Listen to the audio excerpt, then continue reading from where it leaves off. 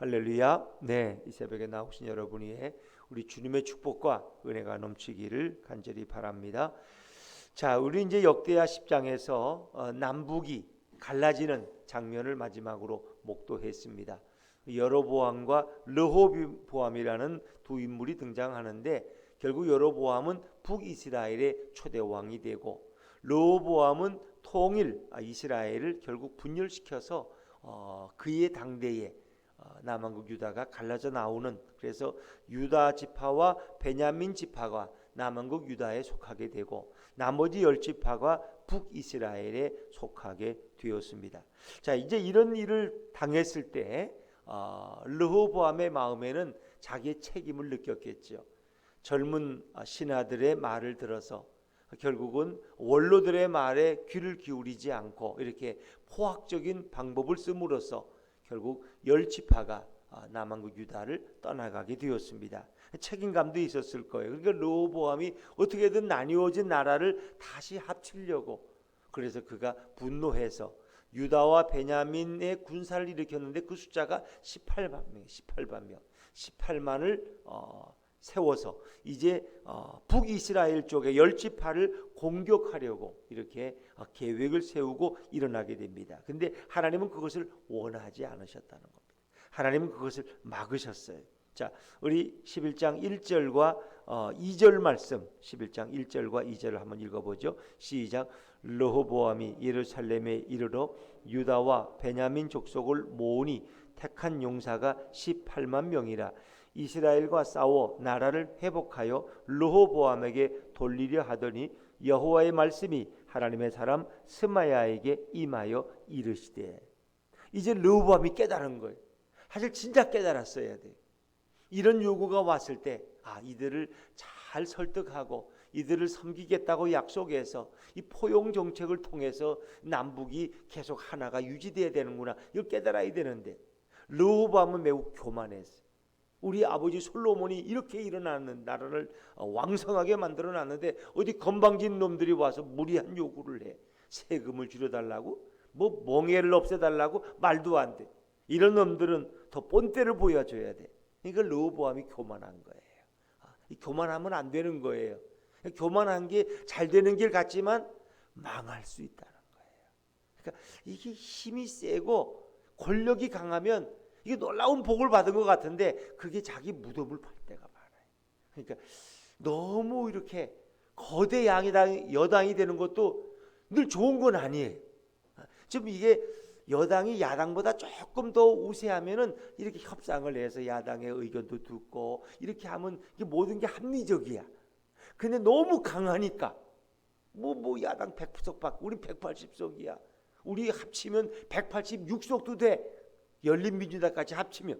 그럼 뭐 우리가 뭐든지 다 3분의 2가 넘는데 뭘 못해. 헌법도 고칠 수 있어. 이제 이런 게 사람으로 하여금 교만하게 만든다는 거예요. 이게 제일 무서운 거예요. 그러니까 힘이 강하냐 돈이 많으냐 뭐 이게 문제가 아니라 하나님 앞에서 내가 교만해질까, 교만해질 수 있다. 이게 문제라는 거예요. 그러니까 참 이게 이 인간의 삶이라는 게 하나님이 어떻게 그렇게 역사하시는지 몰라요. 그러니까 작은 교회 목회자들도 잘못될 수 있죠. 그러나 하나님 앞에서는 부족하니까 더 부르짖고 기도하고 이럴 수 있어요. 그런데 너무 이렇게 거대한 교회를 목회하는 목사님들, 내가 이 교회에 부임해서 이 교회가 그냥 100배는 부흥했어, 이런 것이 자신에게 오히려 교만을 가져오고, 그리고 또 한 가지 뭐가 있어요? 범죄하게 한다는 거예요. 제가 이제 언젠가 이 저울신학이라는 걸 저울신학. 우리가 이제 예전에 시장에 가서 뭐 고추를 산다. 그럼 고추를 이만큼 놓고 그걸 이제 뭘로 재요? 저울로 재잖아. 작은 저울, 그렇죠? 그 작은 저울을 이렇게 올려놔서 고추가 몇 근이다. 그러면 이 몇 근은 얼마다, 이렇게 계산하잖아요. 이 천칭이라 그러죠. 그래서 이쪽 물건과 여기에 이제 저울이 이렇게 평행하면은 이게 딱 무게가 맞는 거예요. 기울어지지 않고. 우리가 뭐 푸주간에 가서 고기를 사도 몇 근 하면 이렇게 나누잖아요. 이제 이게 천칭인데 저울 신학이. 그러니까 이제 우리 생각에 내가 이렇게 잘한 게 많아. 이렇게 잘한 게 내가 뭐 착한 일도 많이, 구제도 많이. 이건 내 공로야. 내 의를 쌓아놨어. 근데 이제 내가 좀 잘못해도 내가 비록 좀 잘못해도 내가 잘한 게 있기 때문에 이게 평행이 유지되면은 용서받을 수 있다고 생각하는 거예요. 또 바꿔 말하면 이제 예를 들면 남편이 적금을 찾아가지고 이 3천만 원을 부인을 갖다 줘야 되는데 이 3천만 원을 가지고 오는데 친구가 그냥 오늘 그냥 화투 좀 치다 가자고 조금만 하다 가자고 그래서 그냥 그러 갔다가 거기 도박판이야. 그래서 뭐 10,000원 20,000원 내다 보니까 나중에 100만 원 200만 원 내고 3천만 원을 다 잃어버렸어. 이제 자기는 범죄했어. 이제 어떡하면 좋아. 부인한테 혼나야 돼 이제. 그런데 마침 집에 오기 전에 부인이 여보 우리 저 어머니가 지금 시골에 계신 어머니가 지금 급히 쓰러지셨대. 당신이 좀 가서 빨리 가서 모시고 병원에 좀 입원시켜 주드려. 그러니까 그냥 남편이 그 정신에도 장모님을 살리기 위해서 쫓아갔어. 그냥 그 밤에. 그래가지고 장모님을 급히 모시고 큰 병원에 가서 입원을 시켰는데 500만 원이 들었어. 자기가 카드로 그냥 500만 원을 끌어서 장모님 치료해 드렸어. 장모님이 회복됐어. 그러니까 부인한테 좀 덜 미안해. 3천만 원 잃어버려도 내가 장모님을 구했거든. 500만 원 카드 끊어서. 그러니까 이런 생각. 나는 이렇게 잘못했지만 착한 일을 많이 했으니까 괜찮을 거야. 그러니까 예를 들면 그래서 이제 큰 교회 목사님들이 범죄하기가 쉽다는 게 나는 이 교회를 부흥시키느라고 이 고생 저 고생하고 이렇게 했으니까 나는 조금 돈을 좀 슬쩍 해도 필요할 때 좀 써도 하나님이 다 봐주실 거야. 나는 조금 더 나쁜 일을 좀 해도 그 정도는 내가 이 교회를 세운 게 어딘데 이런 마음이 있다는 거예요. 이게 뭐냐면 이게 저울신학이야. 내가 공을 많이 세웠으니까 조금 잘못해도 이 정도야 이게 무슨 문제야. 이건 아무것도 아니야. 내가 이 교회를 이렇게 부흥시켰는데 이제 이런 잘못에 빠질 수 있다는 거예요. 그러니까 우리가 이걸 늘 조심해야 돼. 그러니까 이렇게 거대한 여당이 되고 이러는 것이 늘 좋은 것만은 하고 싶은 대로 다 할 수 있지만 그것 때문에 범죄하게 되고 급하게 서두르다 보면 오히려 그것이 재난이 될 수 있다는 거예요. 그러니까 이 어느 정권도 더 두고 봐야 돼요. 앞으로 5년 후 10년 후를 볼 때 정말 그 정권이 잘했느냐. 이 백성이 준 힘을 가지고 우리는 빨리 개혁을 해야 된다 그러지만은 하나님이 결국 주신 정권인데 하나님 앞에서 우리가 늘 겸손하냐, 하나님의 보시기에 합당하게 행하냐, 그걸 늘 물어야 돼. 정말 국민들을 위해서 내가 이 많은 권력을 사용하냐, 아니면 우리들의 사리사욕을 위해서, 우리들의 안전을 위해서, 권력을 더 오래 잡기 위해서 이것을 함부로 사용하느냐는 걸 늘 하나님 앞에서 돌아볼 수 있어요. 이제 그건 나라도 그렇고 개인도 마찬가지예요. 그래서 우리는 늘 조심해야 돼요. 자, 오늘 르호보암은 사실은 이렇게 교만했었다가 나라가 갈라지니까 마음이 이제 가난해진 거야. 그래서 아이고 내가 큰일 났다. 군사들을 모아서 이걸 찾으려고 하는 거예요. 근데 하나님은 선지자를 통해서 그렇게 하지 말아라 명령하시는 거예요. 그때 르호보암의 마음이 아주 겸손해졌어. 이 선지자의 말에 귀를 기울여요. 알겠습니다. 제가 돌이키겠습니다. 그렇게 하지 않겠습니다. 이 놀라운 거예요. 자, 우리 4절 말씀. 4절입니다. 시작. 여호와께서 이같이 말씀하시기를 너희는 올라가지 말라. 너희 형제와 싸우지 말고 각기 집으로 돌아가라.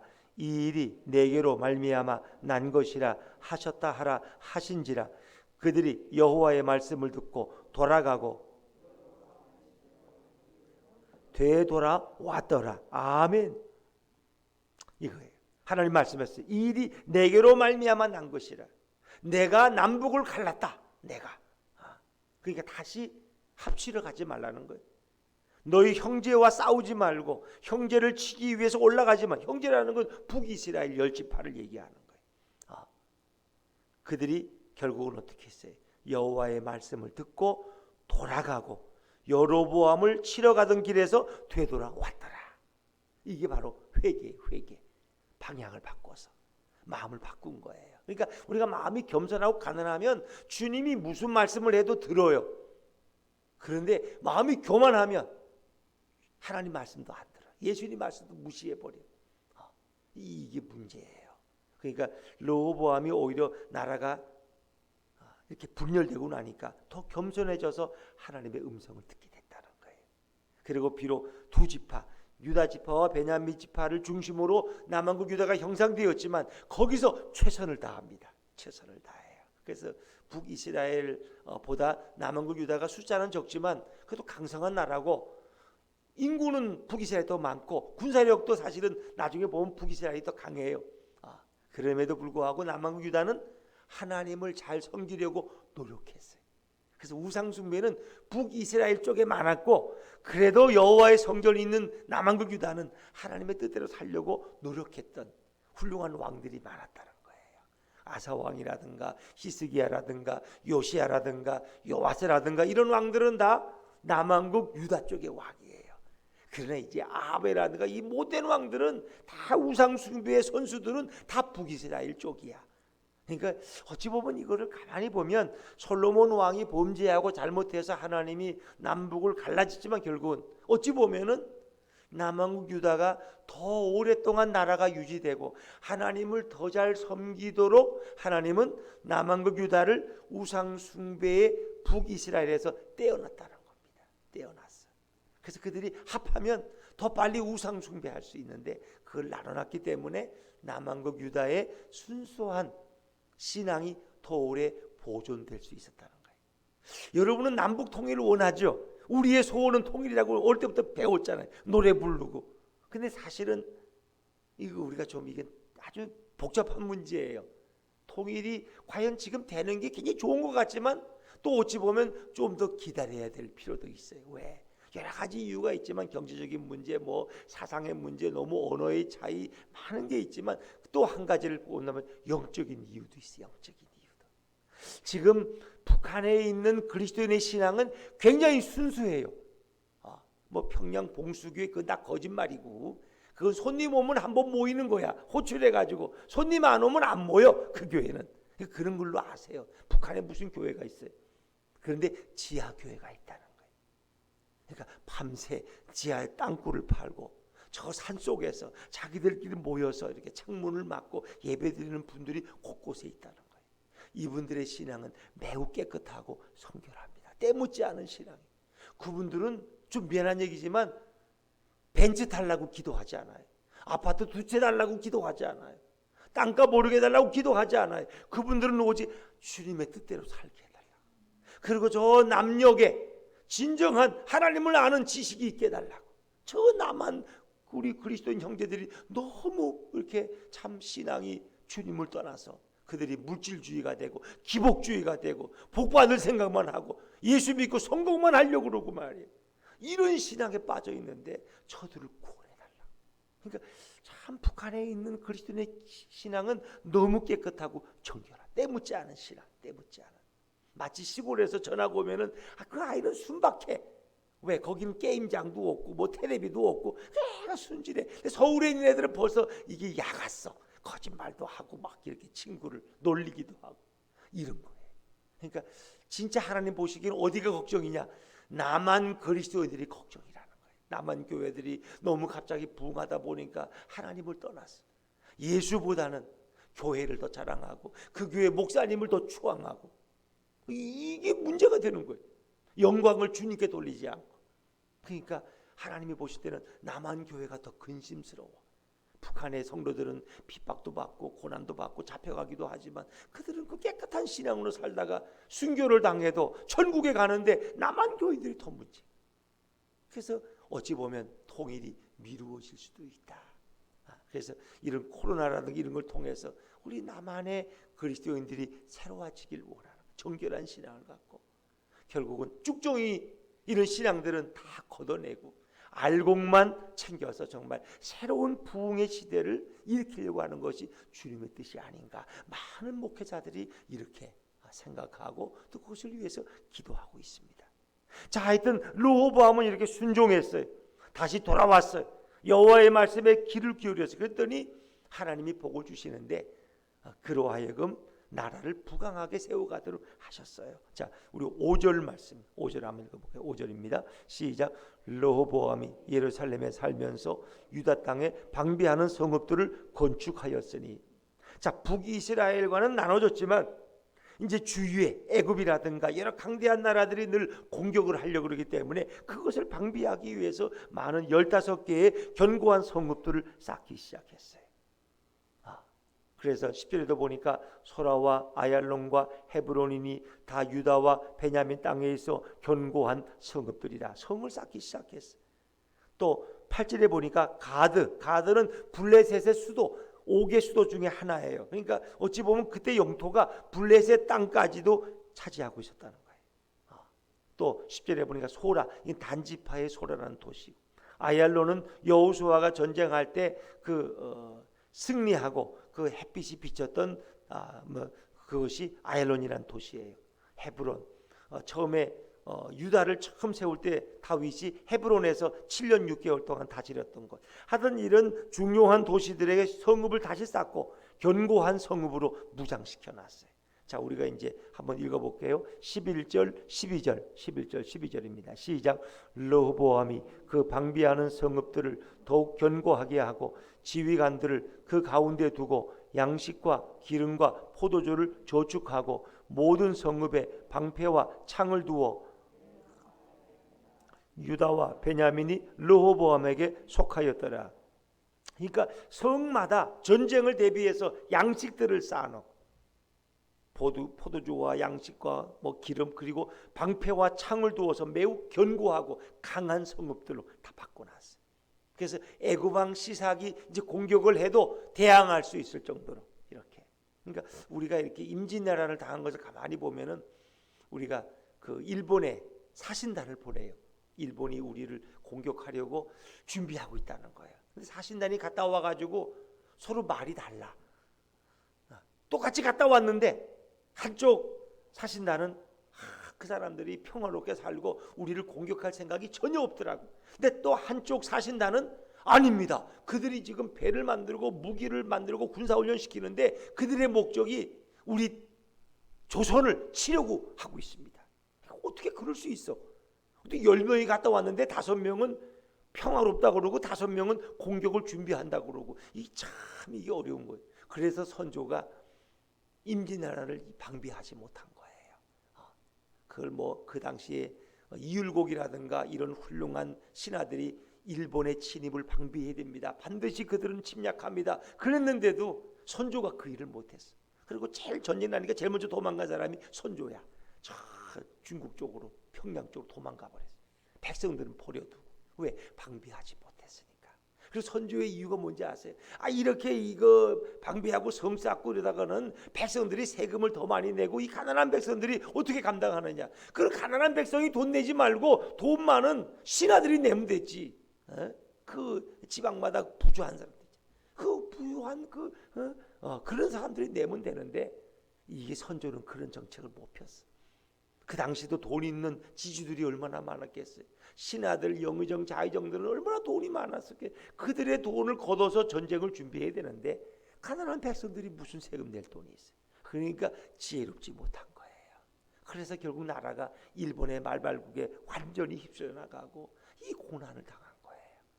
왜? 방비하지 못해. 그러나 르호보암은 얼마나 지혜로워요. 그런 힘을 모아서 외적의 공격을 방비하고 견고한 성읍을 쌓았다.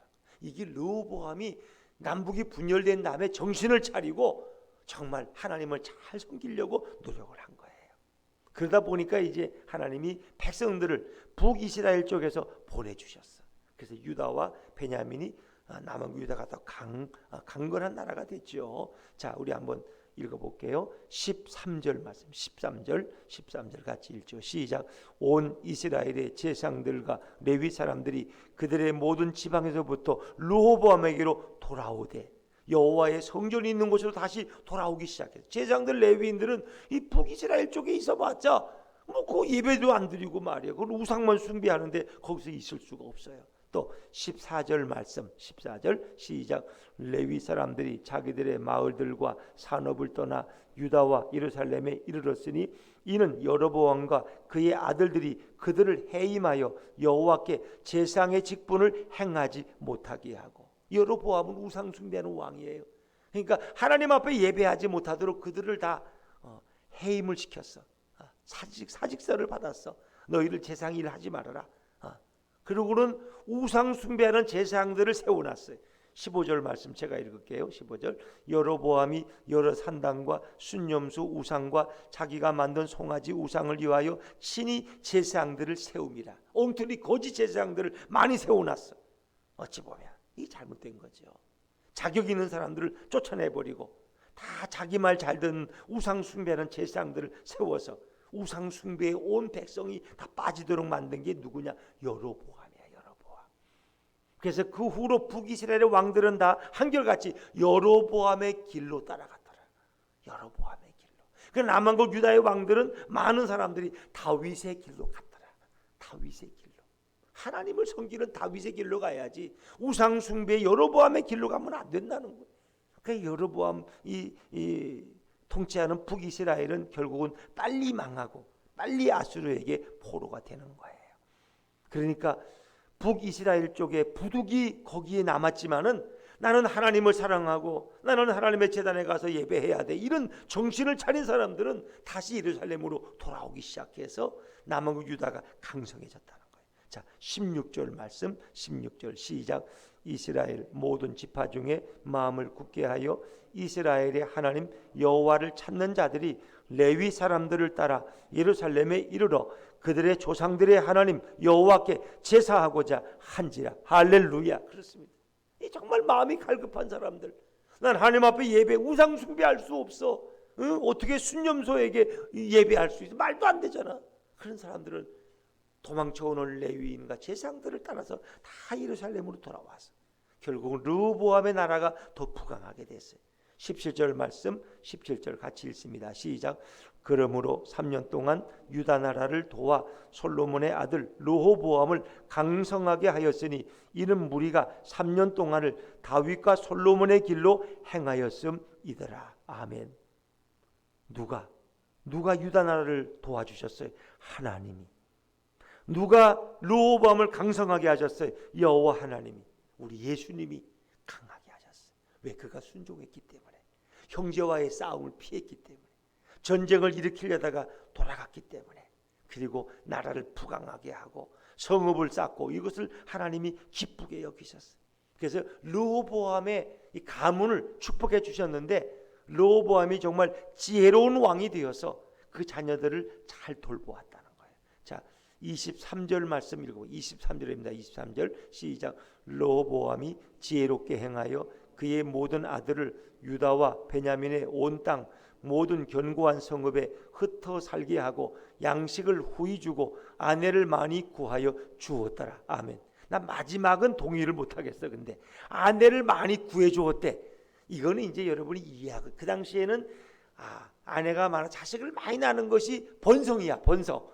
그래서 아내를 많이도 구해줬대. 근데 그건 왜 그랬는지 모르겠어요. 르호보암이 그건 잘못한 것 같은데 하여튼 다른 것들은 다 지혜롭게 잘했어요. 그래서 하나님을 잘 섬기는 남한국 유다가 되었더라. 또 르호보암 자신도 뭐 아내가 18명이고 첩이 또 60명. 그러니까 이게 아버지 솔로몬을 떠나지 못하는 거야. 솔로몬은 부인이, 정실 부인이 700명, 첩이 300명, 1000명이야, 1000명. 그래도 르호보암은 많이 회개한 거야. 부인이 18명, 첩이 60명.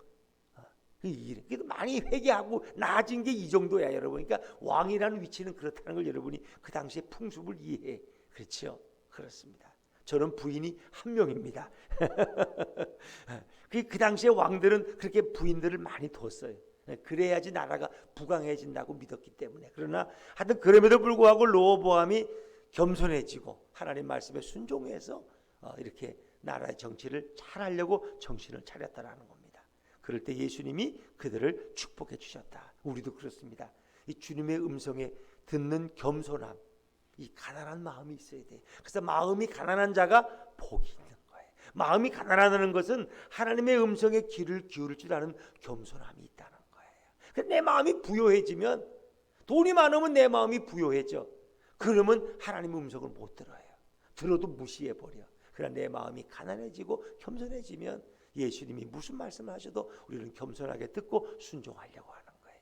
이 사순절에 우리가 정말 가난한 심령이 되어서 예수님만을 높이고 예수님께만 영광 돌리는 우리 성도님들 되시기를 주의 이름으로 축원합니다.